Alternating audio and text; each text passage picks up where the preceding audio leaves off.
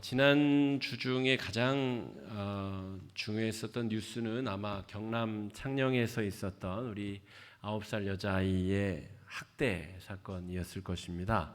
다들 너무 가슴 아프게 그 뉴스를 보셨을 텐데 9살짜리 여자아이가 목에 사슬이 채워지고 먹을 것을 주지 않고 손발을 불로 지지는 아주 정말 잊기 어려운 그런 학대를 받다가 가까스로 탈출하여서 살려주셔서 고맙습니다. 그렇게 이야기를 했다고 합니다. 우리가 살아가는 세상 속에 아직도 이런 일이 벌어질 수 있을까 싶은 일이 우리 가운데 벌어지고 있는 것이죠. 또한 우리가 세계 초인류 국가라고 일컫는 미국에서는 한 흑인이 강제 체포되는 과정에서 목에 목을 눌려서 사실은 죽게 되는 일이 벌어졌고, 많은 시민들이 몰려 나와서 사실은 코로나 때문에 모이면 안 되는데 그 분노가 극에 달해서 다 길거리로 몰려 나와 시위를 벌이고 또 그 불편한 마음을 표현해 내는 일이 벌어지고 있습니다. 정말 지구상에 가장 살기 좋은 나라라고 우리가 그렇게 흠모했었던 나라에서 벌어지고 있는 일이 맞나 싶을 만한 일이 펼쳐지고 있는 것이죠. 우리가 그곳에 천국과 같은 곳이다라고 하는 그 나라에서 흑인으로 또 히스패닉으로 아시아인으로 살아가고 있다면 언제 우리가 그런 죽음의 위기에 직면하게 될지 모르는 상황이다, 이렇게 볼 수가 있겠습니다. 또한 우리 모두가 여전히 코로나19의 공포에 휩싸여져 있습니다. 우리 동네에서 또 이 확진자가 나왔다라고 하는 문자가 띵동 오면 더 불안해지고 이번 주일에 교회를 나가도 되는 건가 또 염려스럽기도 하고, 우리 마음이 사는 정말 잘 살고 있기는 한데 늘 불안과 초조에 이렇게 엄습에 우리가 짓눌려 살아가고 있는 것은 아닌가 싶습니다. 운 좋게 올해 말까지 백신이나 치료제가 나온다고 하여도 온 국민이 정말 싼 가격에 그것을 맞을 수 있을까? 그것도 쉬운 문제는 아닌 것 같습니다. 의료업계에 종사하는 전문가들도 이 코로나 바이러스의 특징상 백신이, 항체를 만들어내는 백신이 완전히 잘 개발될 수 있을지 아직도 오리무중이라고 하는 것을 보면 완벽하게 치료제와 백신이 개발되기까지는, 또 온 국민이 맞을 수 있기까지는 상당히 요원한 시간이 펼쳐질 것 같습니다. 우리가 지금 여러 상황들의 죽음의 공포 앞에 우리가 노출되어져 있다라고 한다면 성경의 이야기들, 성경의 많은 부분의 이야기들이 우리가 지금 느끼는 이런 공포와 두려움과 유사한 장면들이 펼쳐져 있습니다. 이 노아의 시대에 노아의 홍수가 벌어졌을 때에도 수많은 사람들이 죄악에 빠져 있었고 죽음의 공포에 노출되어져 있었습니다. 소돔과 고모라를 탈출한 롯의 가족들 역시도 인간이 저런 죄악을 저지를 수 있을까 싶은 죄악들 속에 롯의 가족들이 살고 있었던 것이죠. 신약 시대에도 고린도 교회에는 수많은 죄악과 엄청난 타락의 세상 속에 성도들이 노출되어져 있었습니다. 여러분, 그런 상황 속에서 하나님께서는 하나님의 백성들을 지키시고 돌보셨습니다. 가장 대표적인 예가 출애굽 당시에 이 이집트 안에서 벌어졌었던 일입니다. 당시 가장 최고도로 발달한 문명이었다고 일컬어지는 이 이집트 문명 가운데서 하나님은 하나님의 백성들을 탈출시킬 계획을 세우십니다. 그래서 파라오, 이 바로에게 내 백성을 내놔라 계속해서 말씀하시지만 파라오의 이 강팍한 마음이 돌아서지 않습니다. 하나님께서 급기야 10가지의 재앙을 동원하셔서 하나님의 백성을 구출해 내시는데 마지막 재앙이 바로 이 장자의 죽음의 재앙입니다. 파라오의 아들부터 시작해서 저 마국간의 이 망아지 새끼까지 그 모든 생명체의 첫 번째 자식을 하나님이 그 생명을 거두어 가신 재앙인 것이죠. 여러분, 우리 코로나19도 지금 비슷한 상황입니다. 돈 있다고 해서 코로나 안 걸리는 것도 아니고 대통령이라고 해서 코로나 안 걸리는 것도 아닙니다. 모두가 죽음의 공포 앞에 직면해 있는 것이죠. 이 코로나가 길어지자 생계도 어려워지고 직장 문제도 고달파지고 여러 가지 삶의 정황들이 다 고단해지고 힘들어지는 상황으로 이어지고 있는 것이죠. 이러한 비슷한 상황, 이 이집트에서 벌어진 10가지 재앙의 상황에서 하나님은 하나님의 백성들을 안전하게 보호하십니다. 그런데 그 보호하시는 장면을 우리가 조금 깊이 들여다볼 필요가 있겠습니다. 하나님께서 모세를 통하여 알려주신 구원의 방책은 이것입니다. 유대력으로 1월 10일에 1년 된 염소나 양을 준비하는 것입니다. 지금 태양력으로 따지자면 3월, 4월 우리 부활절 때쯤 되는데 그때 어린 양 한 마리를 준비해서 나흘 동안 꼼꼼히 살펴야 됩니다. 혹시 흠이 있거나 결점이 있거나 상처가 있는 제물은 안 됩니다. 나흘간이나 꼼꼼히 살피고 1월 14일 해질녘에 어린 양과 염소를 잡습니다. 그 어린 양의 피와 고기를 다 구분해서 준비하게 되는데 그 어린 양의 피를 좌우 인방과 설주에 발라야 됩니다. 여러분 한번 생각해 보세요. 상상력을 발휘해 보세요. 여러분 사시는 집의 현관의 좌우 인방과 설주에 피칠을 하는 겁니다. 시각적으로는 피칠갑을 하는 것이고요. 냄새로는 피비린내가 온 집안을 진동하게 됩니다. 그러한 일이 있어야 하나님이 보내시는 죽음의 사자가 그 집을 뛰어넘게 되리라는 것이죠. 그리고 나서는 뭘 준비해야 되냐면 그 잡은 양과 염소의 가죽을 벗기고 그 고기와 내장을 다 발라내어 그 밤에 구워 먹어야 됩니다. 제가 양고기를 몇 번 먹어봤는데 저는 잘 조리된 양고기를 먹어서 그게 부담스럽지 않게 먹었습니다만 양고기 할 때 대표적인 문제는 이 노린내, 아주 심각한 요 냄새와 이 역겨운 그런 것이죠. 그래서 향신료를 많이 넣고 요리를 잘해야 양고기를 그나마 먹을 수 있는 것이죠. 이것이 1년이 기준입니다. 1년보다 더 된 양고기는 그 냄새가 더 심하고 그래서 1년 미만의 6개월이나 더 어린 양고기가 그래도 이 노린내가 덜하기 때문에 사람들이 이렇게 먹습니다. 그런데 하나님께서 이 양고기를 어떻게 먹으라고 하냐면 삶아서도 안 되고 다른 향신료나 간을 해서도 안 되고 그저 그 양고기와 내장과 정갱이까지 다 불에 구워서 먹으라는 것이죠. 지금 집 밖을 나갈 수가 없어요. 집 현관에는 피칠갑이 되어 있고 피비린내가 나고 그 안에서 연기를 피워가며 불을 지펴서 냄새나는 양고기를 구워서 쓴 나물과 무교병, 발교되지 아니한 빵과 함께 먹어야 되는 것이죠. 그 밤에 그 일을 해야 죽음의 사자가 지나가는 것입니다. 바깥에는 어떨까요? 저 이집트인들이 사는 구역에는 지금 아들을 잃은 곡소리가 온 천지를 뒤덮고 있을 것입니다. 히브리인 중에서도 꼭 말 안 듣는 사람들이 있었겠죠? 이렇게 저렇게 하라고 했지만 안 지키고 죽음의 사자가 덮친 가정이 있었을 것입니다. 그러므로 이 히브리 노예들이 사는 구역 안에서도 지금 곡소리가 흘러 넘쳤을 것입니다. 그러므로 시각적으로, 후각적으로, 미각적으로, 청각적으로 온전히 이 구원의 사건에 집중하여야 이 죽음의 사자의 공포로부터 히브리 백성들이 살아남을 수 있었다는 것이죠. 여러분, 예수님께서 대제사장의 군병에게 잡히신 명절이 바로 유월절 명절입니다. 잡히시기 전날 밤 저녁 식사가 바로 유월절을 기념하기 위한 유월절 식사였습니다.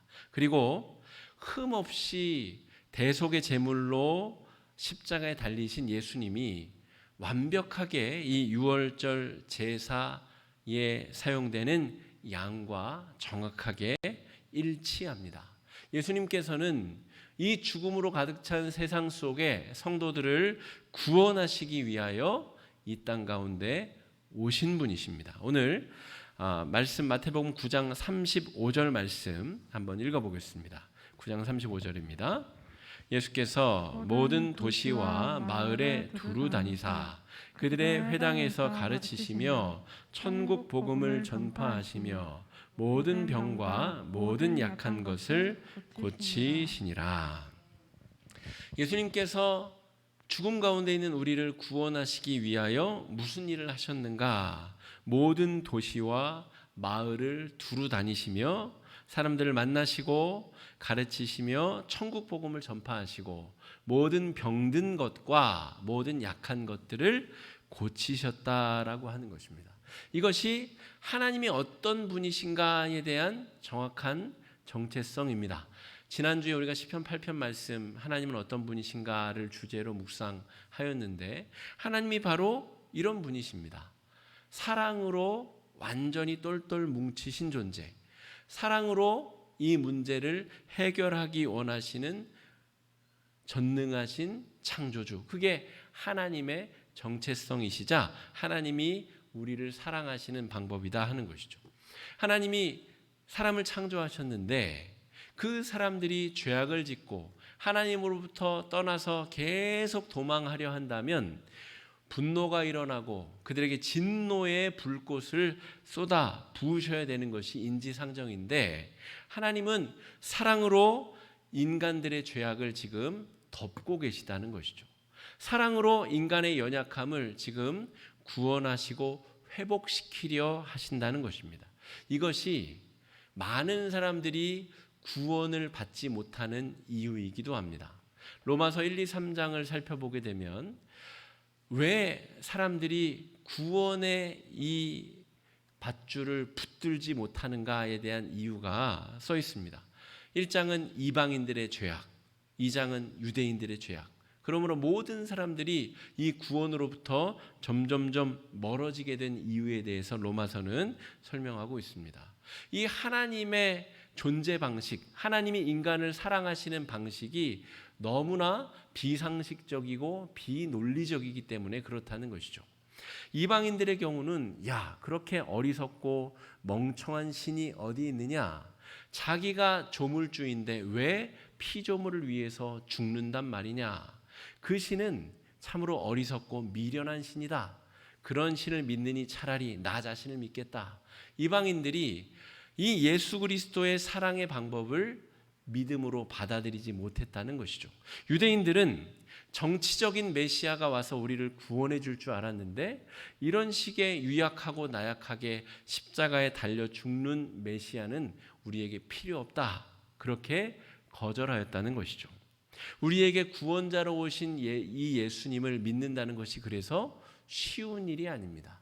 너무나 쉬운 방법으로 우리에게 주어졌지만 믿음으로 나아가는 것이 절대 쉬운 일은 아니다라고 하는 것이죠. 예수님께서는 왜 그러면 이런 방법으로 우리를 구원하실 수밖에 없었는가라고 하는 것이죠. 36절 말씀 한번 읽어보겠습니다.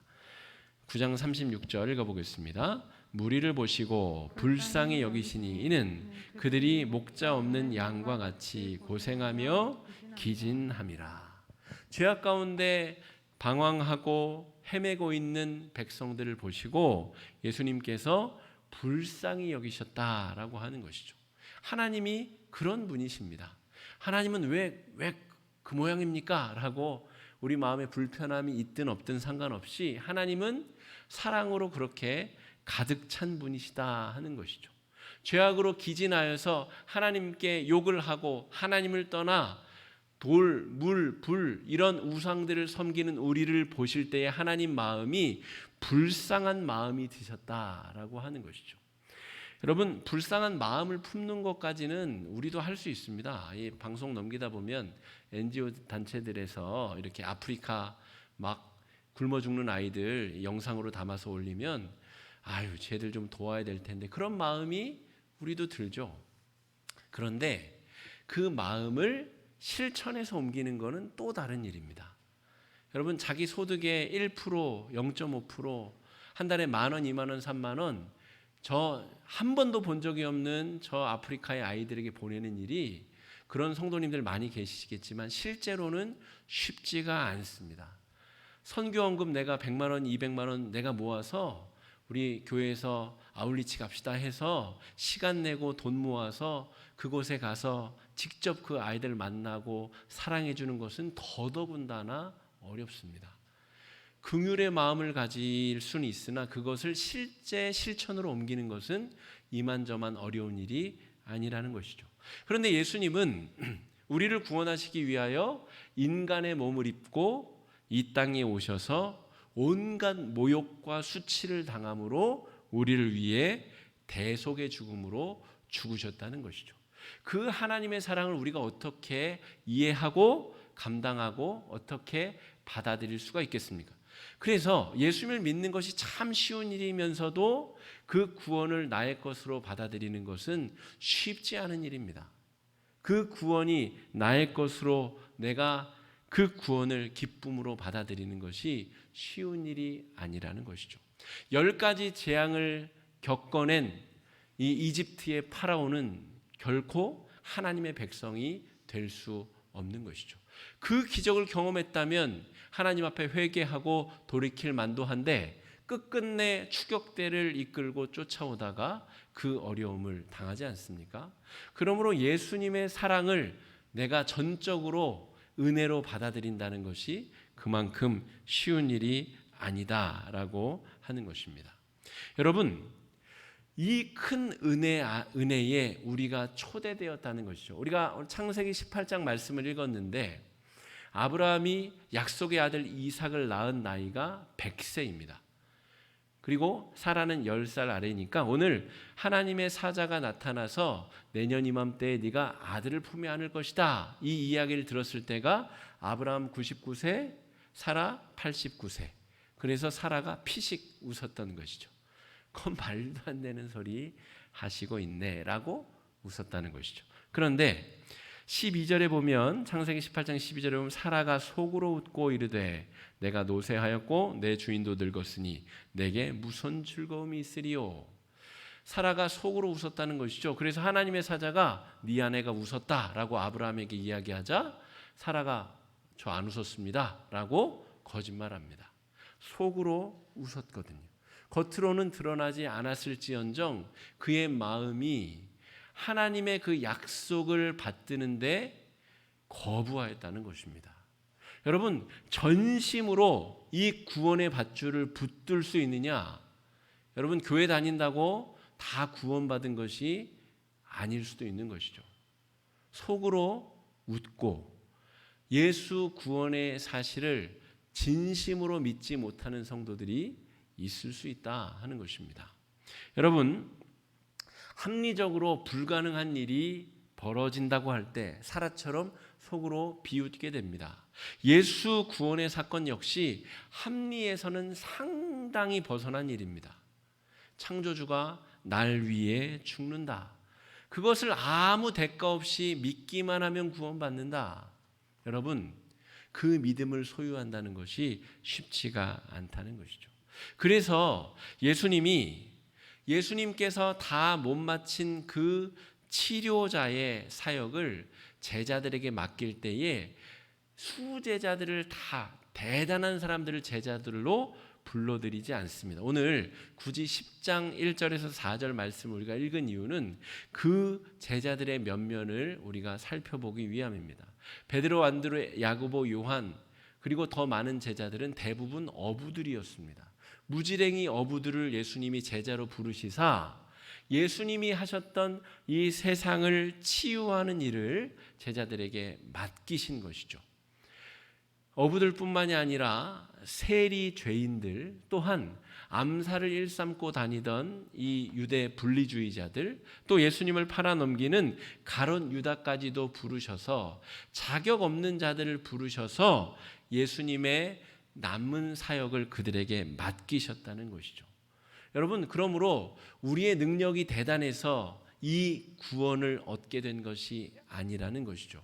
우리가 그럴 만한 자격이 있어서 구원받은 것이 아니라는 것이죠. 철저하게 하나님의 은혜로 우리는 구원받은 백성, 이 하나님의 이 능력을 나타내야 될 백성이 되었다는 것이죠. 설교 초두에 제가 세 가지 예를 들며 우리가 살아가는 세상이 잘 생각해 보면 지옥의 한 발을 담그고 있는 것과 크게 다르지 않다라고 말씀을 드렸습니다.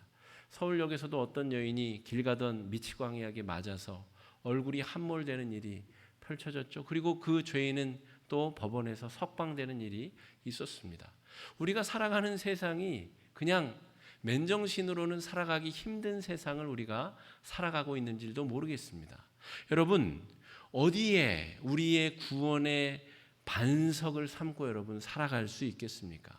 예수 그리스도께서 우리를 위하여 이 땅에 강림하신 그 구원의 반석 위에서만 우리는 온전하게 제정신으로 구원받은 백성으로 살아갈 수 있다는 것이죠. 예수님께서는 놀랍게도 제자들에게 예수님께서 하셨던 일을 똑같이 위임하고 계십니다.